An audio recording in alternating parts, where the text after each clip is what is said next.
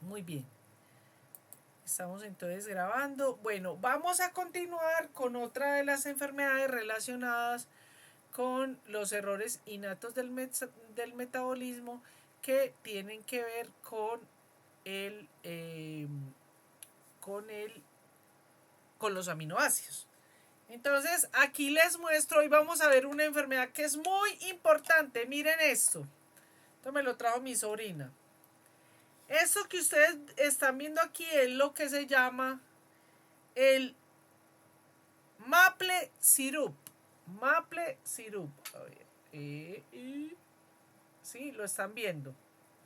O sea, la enfermedad del jarabe de arce. El arce es un árbol que es muy abundante en lugares donde hay estaciones. En Canadá, recuerden que esta es el símbolo típico del Canadá, ¿cierto? Ya que esta botellita es la botellita de la hoja del arce. Resulta que a este arbolito le hacen unas cortaditas y él echa una savia, echa un líquido y ese líquido, a partir de ese líquido, sacan esto que es una delicatez, ¿cierto? Entonces es muy abundante, es un símbolo nacional en el Canadá, pero resulta que la enfermedad que estamos viendo hoy es una enfermedad que se llama orina con olor o jarabe de arce. Pero en realidad no solamente la orina, sino que son todos los fluidos. Las lágrimas, el aliento, la materia fecal, la orina. Bueno, voy a dejar de presentar la pantalla. Voy a dar paso a... Ay, eso, mejor a presentar la presentación. Ay.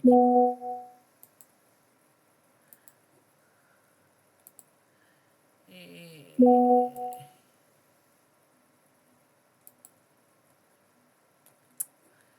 a ver. Muy bien. Entonces vamos por eso esta enfermedad se llama así. La enfermedad de la orina de jarabe de arce o como les puse ahí en el chat, MSUD, que es de la sigla en inglés, maple, ¿cierto? Sirup es jarabe, maple es arce, orina con olor a jarabe de arce.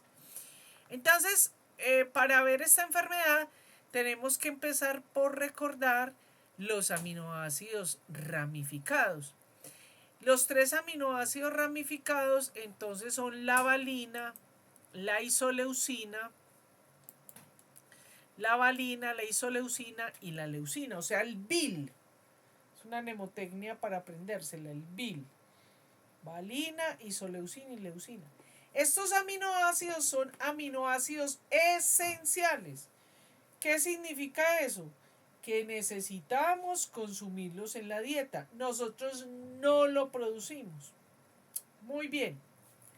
Entonces, estos aminoácidos se consumen, pero tenemos unos mecanismos y unas vías para catabolizarlos. Es decir, para componer estos aminoácidos en los elementos que van a servir para sus diferentes funciones. ¿Cierto? Fíjese que hay unos de estos aminoácidos como la valina y la isoleucina, ¿cierto? Que pueden ser glucogénicas, ¿cierto? Y cetogénicas. Mientras que la leucina, que es el único aminoácido que es solamente cetogénico, ¿cierto? Produce cuerpos cetónicos. Muy bien. Resulta que este aminoácido, ¿cierto? Sufre una transaminación. Tiene aquí no me interesa cuáles enzimas, cuál transaminasa, pero cuando hace la transaminación le pasa, acuérdense que es transaminación, o sea que le pasa esa enzima, ese grupo amino a otro compuesto. Entonces, esa transaminación hace que el compuesto se convierta en un alfa-cetoaminoácido, aminoácido, me equivoqué, alfa-cetoácido, ¿cierto? Por ejemplo, la valina se convierte en alfa-ceto-isovalerato o ácido isoalfa-cetoivalérico. La isoleucina se convierte en alfa-ceto-beta-metilvalerato y la leucina en alfa-ceto-isocoproato. Adelanto para decirles que estos 3 aminoácidos, el más neurotóxico, los derivados de la leucina, la norleucina, son supremamente tóxicos y hacen un daño cerebral muy importante. Muy bien. Entonces fíjense que aquí ya estamos viendo, ¿cierto?, que se produce ácido, o sea, en la enfermedad, además de lo que vamos a ver, se produce una acidosis. ¿Por qué? Porque en esta enzima que está acá, que se llama, la pregunto en el examen, alfa-cetoácido deshidrogenasa. Es un multímero, ya vamos a ver. Es un multímero que tiene varias unidades y lo que, fíjese que esa enzima, ese complejo enzimático puede metabolizar el alfa-cetoácido isovalerato, alfa-cetobeta-metilvalerato y el alfa-ceto-isocoproato.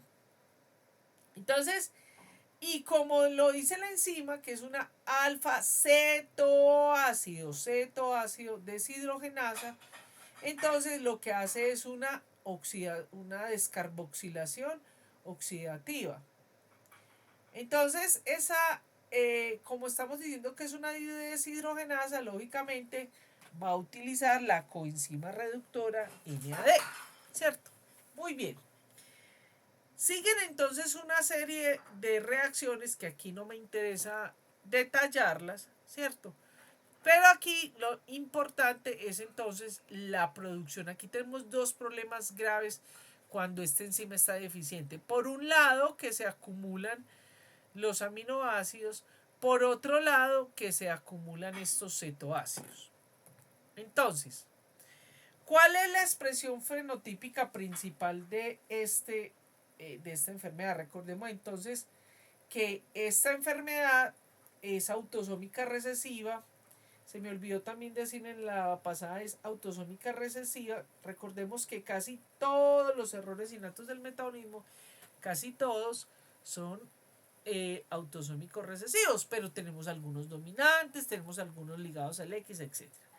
Entonces aquí vamos a tener disminuida, afectada la alfa-cetoácido deshidrogenasa. El diagnóstico es muy fácil de hacerlo, muchachos. Mire, recordemos que un bebé huele a bebé. Los niños no huelen maluco. Un niño no tiene por qué oler a col podrida, a mantequilla rancia, la orina no tiene por qué oler a dulce, ¿cierto? O como a azúcar quemada, ¿cierto? O como a melaza. Es decir, a jarabe a jarabe de arce, ¿cierto? Y recordar que no solo huele la orina, sino también el sudor, el popó, los fluidos, las lágrimas, la saliva. Entonces, eso le puede ayudar a usted a hacer el diagnóstico. También es importante acá que este complejo enzimático, como ustedes verán, necesita una coenzima que le ayude, es dependiente de la tiamina pirofosfato. Entonces, y también en estos pacientes están los que se llaman los respondedores a la tiamina, ¿cierto? Como lo vimos en la otra enfermedad. Bien, me devolví. Entonces, pero además de eso, ¿usted qué va a ver en el niño? Esta es de las enfermedades que se dan generalmente, es muy agresiva, se dan en los primeros días de nacidos. Entonces, pero no es como en la hiperlicinemia que se da desde la edad fetal, ¿cierto? Sino que el niño nace normal, pero inmediatamente se le empieza a dar el alimento materno, inmediatamente empieza a tener vómito, diarrea, acidosis y la acidosis, acuérdense que lo que se acumula son alfa cetoácidos, entonces no solamente se va a producir acidosis, sino también cetosis. Y esa acidosis y esa citosis también lleva a una deshidratación. Como resultado, no solamente de la acidosis, la deshidratación y la citosis, sino del acúmulo del bil, o sea, la valina, leucina, isoleucina y leucina, se da un daño neurológico en el sistema nervioso central severo. Produce un retardo mental severo e incluso lleva a que los pacientes fallezcan. El tratamiento de esta enfermedad no existe un tratamiento específico. El único tratamiento es la restricción de alimentos que sean ricos en estos aminoácidos. Estos pacientes vitaliciamente no pueden comer alimentos ricos en estos aminoácidos. Existen las leches o fórmulas que entonces vienen con eso. Aquí está, pues yo les había traído para la fotico, pero esto es para que recuerden por qué se llama enfermedad o jarabe de Arce. Y estos son los niños como yo quisiera que tuviéramos nuestros niños. Este es un niño que fue diagnosticado porque le hicieron canadiense, le hicieron su tamizaje neonatal y inmediatamente hacen la restricción alimentaria. El niño puede ser completamente normal y sano. Por eso, chicos, fue que yo me dediqué a estas enfermedades. Bien, este fue el doctor Menkes, que fue realmente el que describió esta enfermedad. Porque esta enfermedad produce lo que se llama una encefalopatía, ¿cierto? Y esa encefalopatía va a producir edema cerebral. Una cosa muy importante que se encontró fue que o sea, todos la valina, la leucina, la isoleucina y leucina son tóxicas, ¿cierto? Pero además, entre ellos, el alfa-ceto isocaproico es el que es más agresivo, más neurotóxico. Ahí, bueno. ¿Cómo en la epidemiología de esta enfermedad? Esta enfermedad igualmente no se sabe a nivel del mundo. Los países que lo han desarrollado se saben que hay más o menos una incidencia de 1 en 185.000 nacidos vivos, ¿cierto? Hay unas poblaciones que se han sido caracterizadas, pero realmente no se sabe.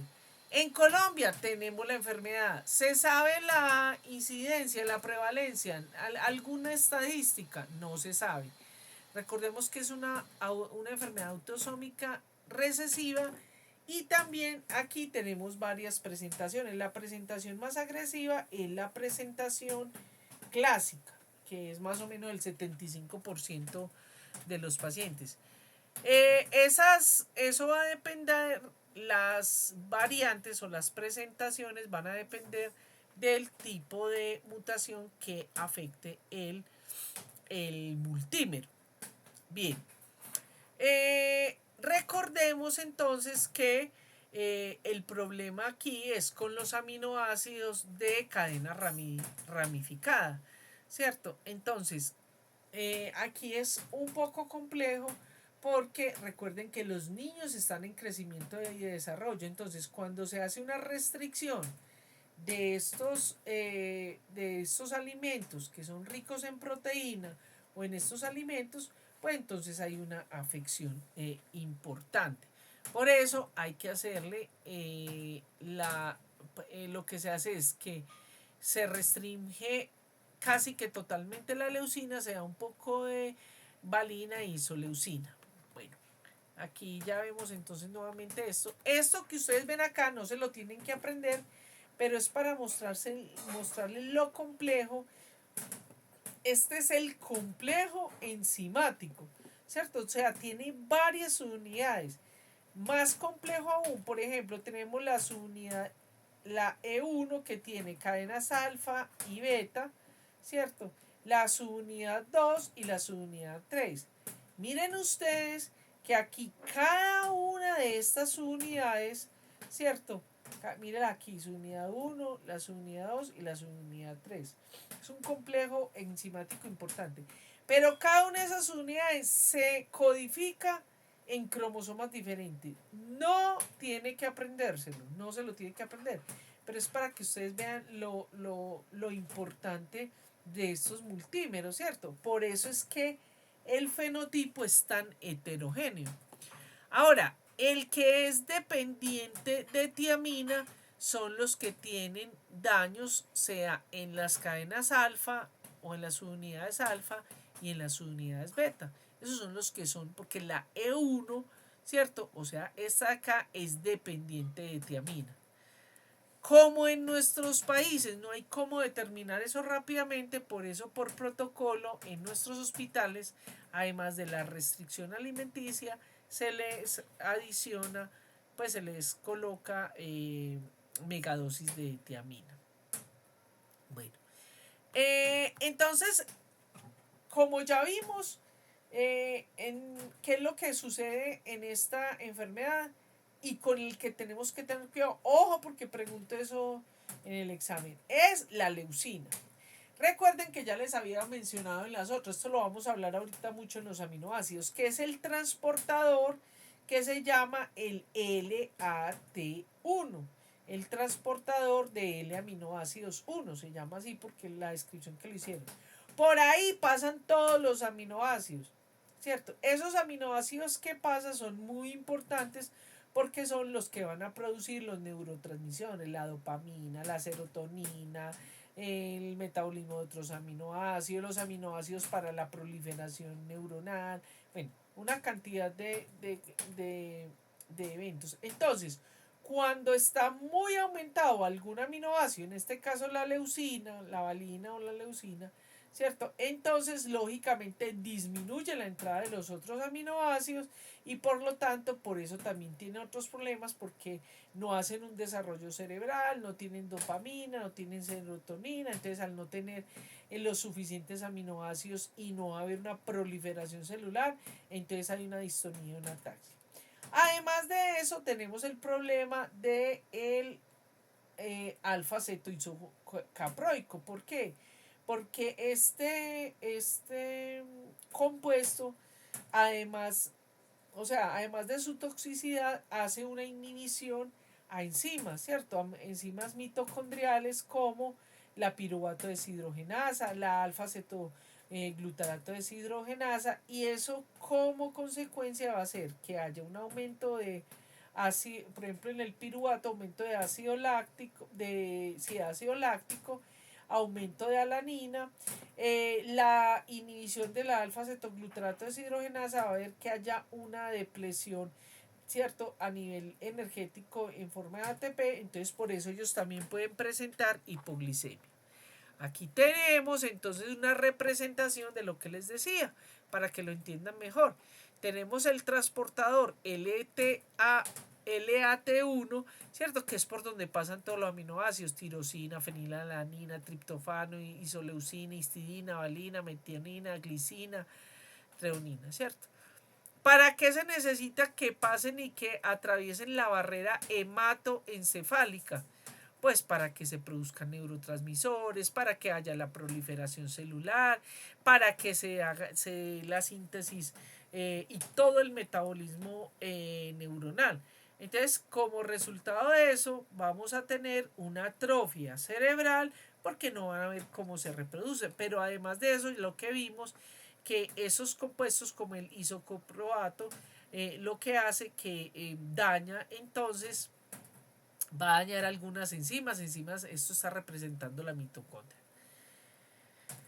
¿Qué encontramos entonces en el jarabe de arce clásico neonatal? ¿Cierto? Como ya lo habíamos visto en la expresión del fenotipo en general, entonces rechazan la alimentación, no succionan, son irritables, letárgicos. Miren este niño cómo está, tienen estas manifestaciones cutáneas.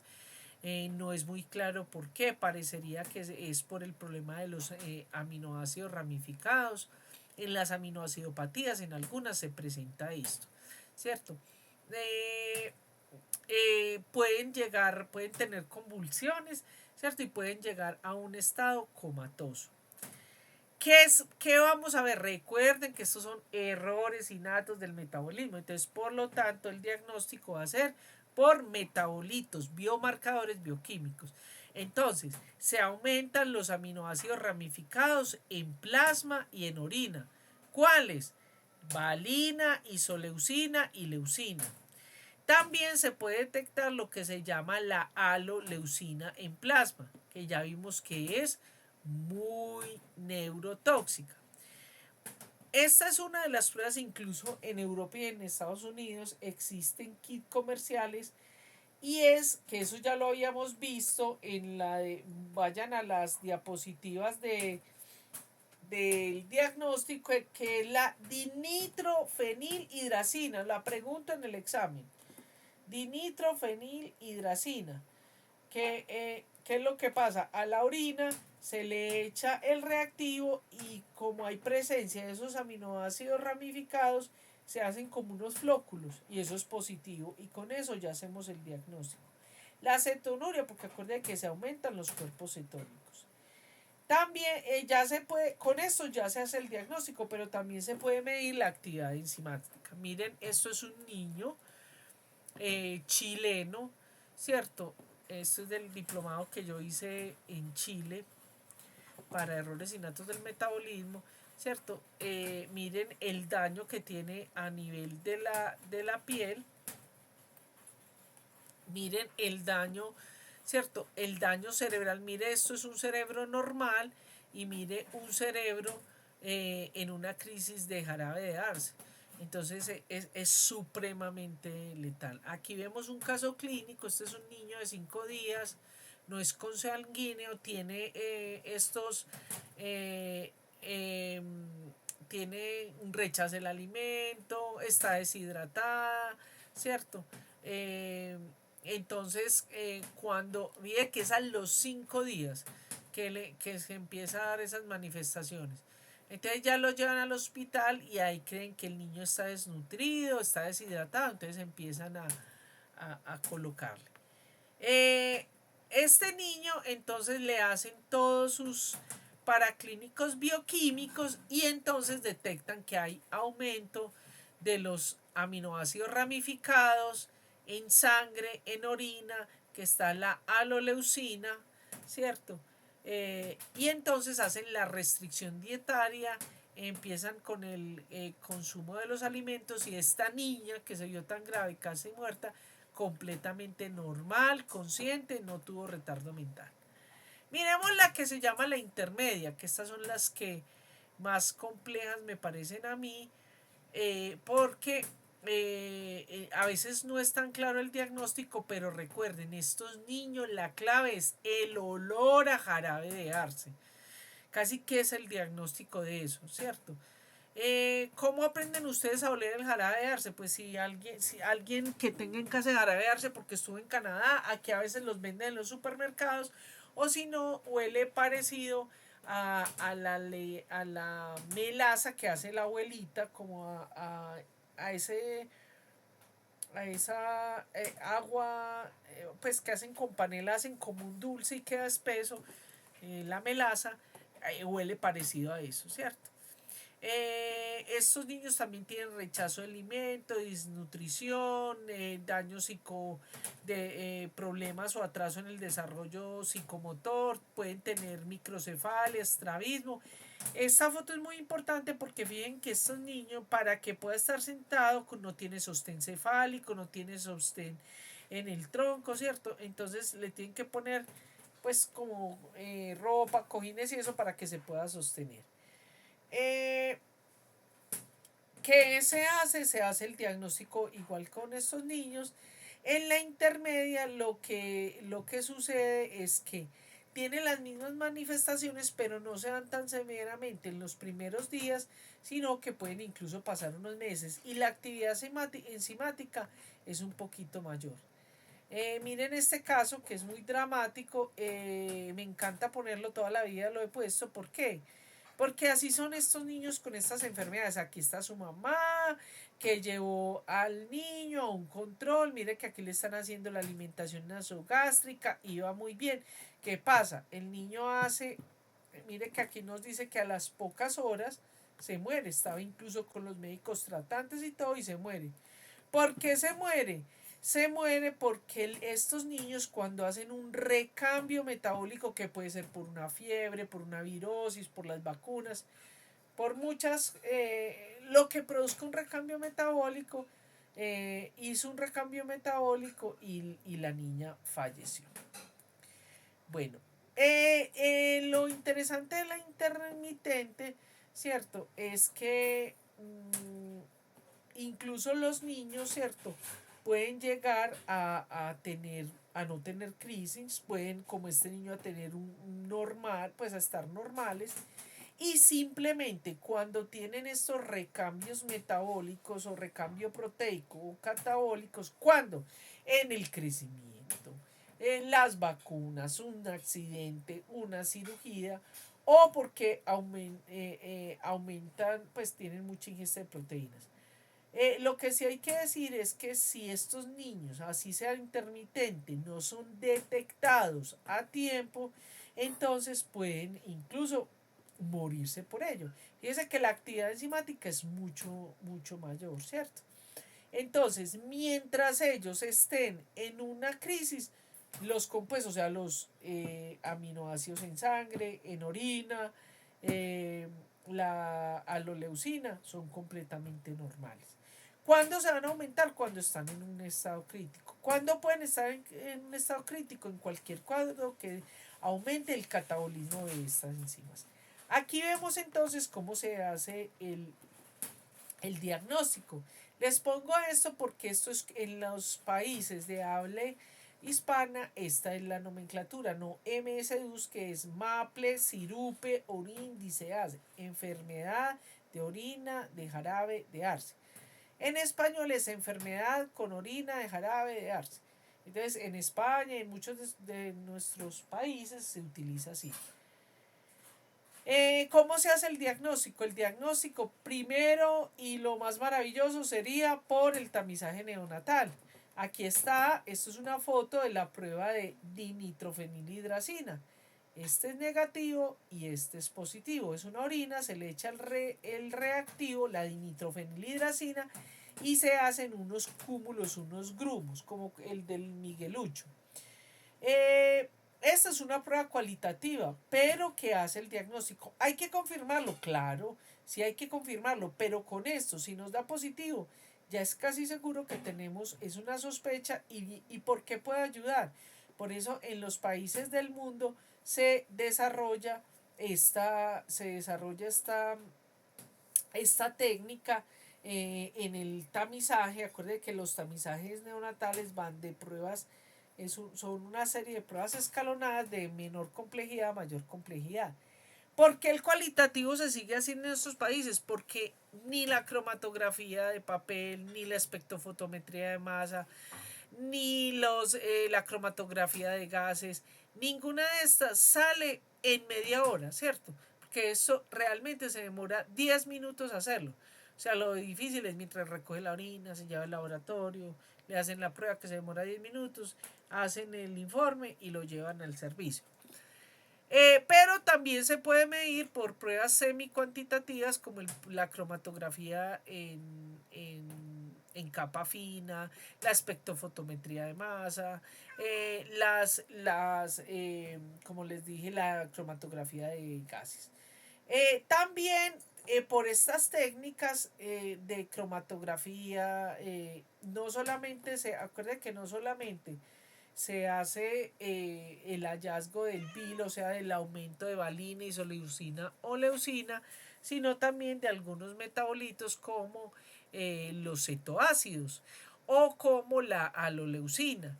También esto también se puede hacer si, por ejemplo, cuando se hace cuantitativo, se hace en relaciones con la fenilalanina, con la tirosina, con la metionina, y eso va a ayudar. La actividad enzimática en algunos países se hace, en todos no, pero las pruebas bioquímicas hacen el diagnóstico. El molecular, pues para nosotros que no tenemos todas estas pruebas, pues es fundamental. Esto es, por ejemplo, una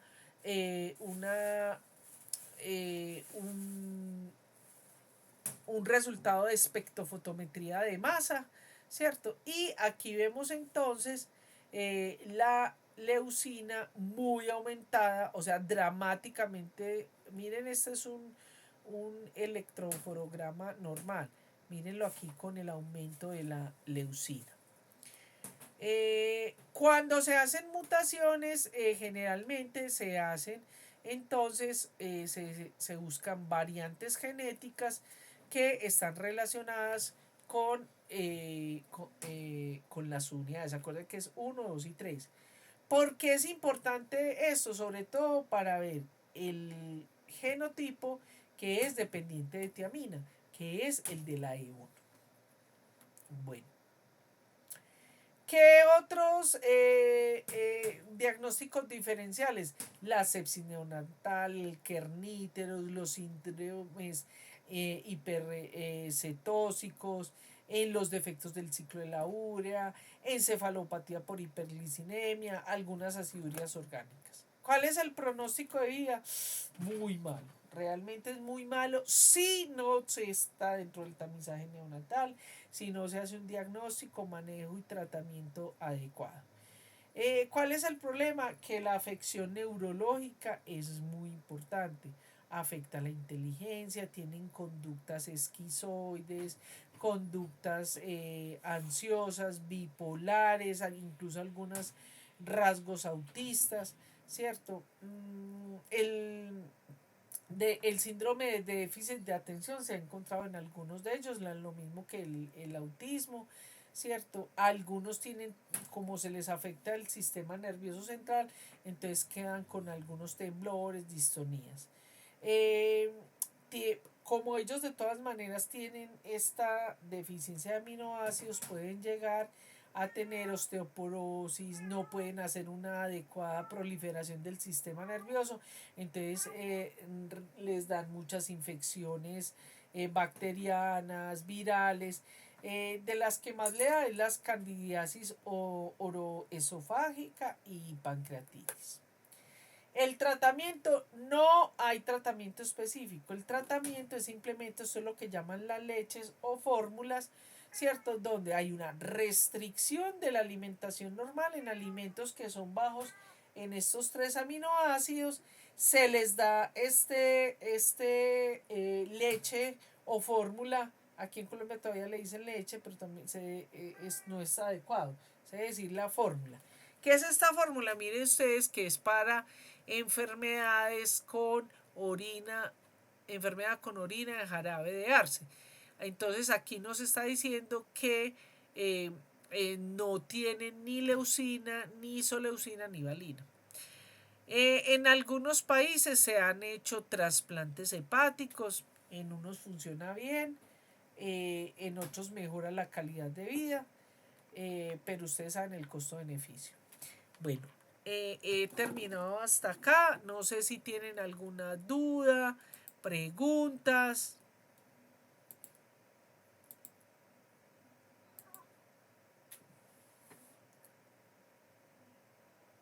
Muy bien. Bueno chicos, muchas gracias. Por aquí está la señora Cuellar, por aquí estuvo el señor Lozano, creo que ya se salieron. El señor Lozano, tan juicioso que siempre han estado en la clase, ustedes tres, muchas gracias. Y bueno, nos vemos la próxima clase. Subo a la plataforma y nos vemos la próxima clase. ¿Alguna duda, pregunta? Muchas gracias, No, profe. pues, gracias. Listo, chicos. Ahí les aviso entonces, ya ahorita deben estar presentando el parcial 2, el supletorio 1, perdón. Entonces, a los que faltan, vamos a programar el supletorio 2. Listo. Chao, chicos. Bueno, Sí, Chao. profe, Sí. una preguntita. ¿Usted en qué otros cursos da clase? Ay, no, qué pesar. Yo ya me salí de endocrinología y metabolismo, solo hoy en hematología, en el flexible de bioquímica estructural y bioquímica metabólica. Ah, bueno, profe. ¿Por qué? Ah, porque pensaba tomar unos cursos. Ay, qué rico, ahí lo espero, bienvenido. ¿Oyó? Bueno, profe, yo Todo le pagué, hasta sobre esta luego. metodología, ¿vale? Los de bioquímica, sí, el profesor Burgos lo hacemos casi mitad y mitad. Unas clases él y otras yo, profesor Ah, Burgos. listo, profe. Entonces yo Listo. voy a dejar por el grupo el recordatorio para el supletorio 2. Por favor, listo. Bueno, profe, gracias, hasta luego. Gracias, chao, que estén bien. Chao.